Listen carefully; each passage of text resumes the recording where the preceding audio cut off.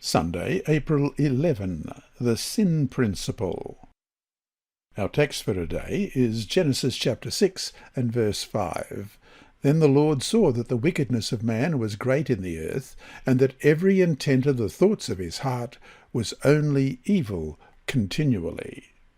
The divine opinion at the end of God's creation was that all was very good, Genesis 1:31. Then sin entered and the paradigm shifted. Things weren't very good anymore. God's orderly creation was marred by sin and all of its loathsome results. Rebellion had reached terrible proportions by Noah's day. Evil consumed the race. Though the Bible does not give us many details, the transgressions and rebellion were clearly something that even a loving, patient and forgiving God couldn't tolerate. There's more in Patriarchs and Prophets, pages 90 to 92, if you want to read that as well. How could things get so bad so quickly? The answer is perhaps not that hard to find. How many people today, looking at their own sins, have not asked the same thing? How did things get so bad so quickly? Question: look up the texts listed below, write down the points they make. Notice the steady progression of sin.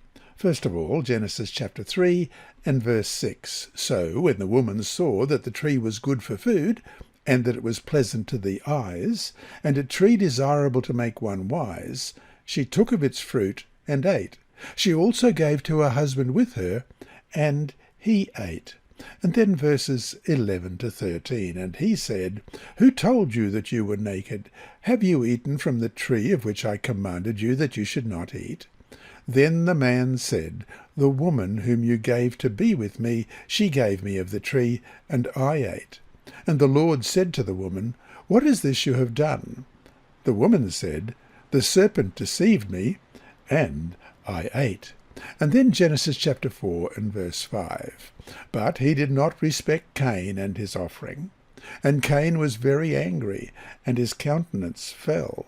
And verse 8, Now Cain talked with Abel his brother, and it came to pass, when they were in the field, that Cain rose up against Abel his brother, and killed him.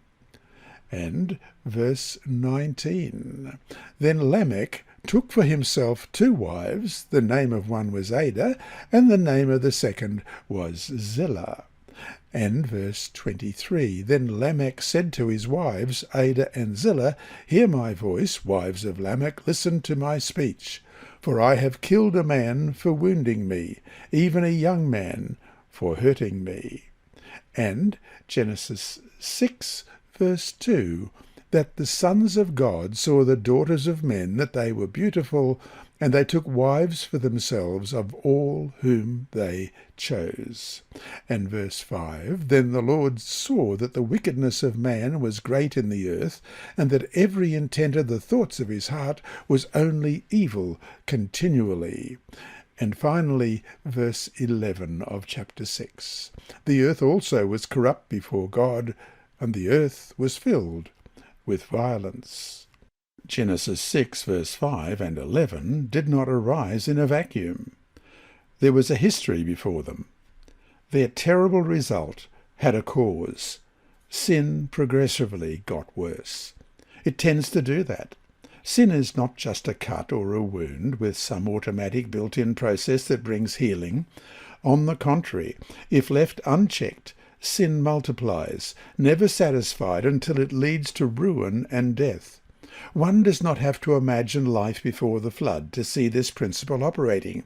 It exists all around us, even now. No wonder God hates sin.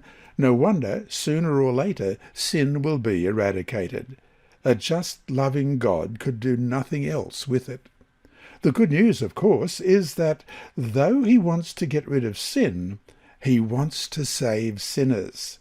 That's what the covenant is all about.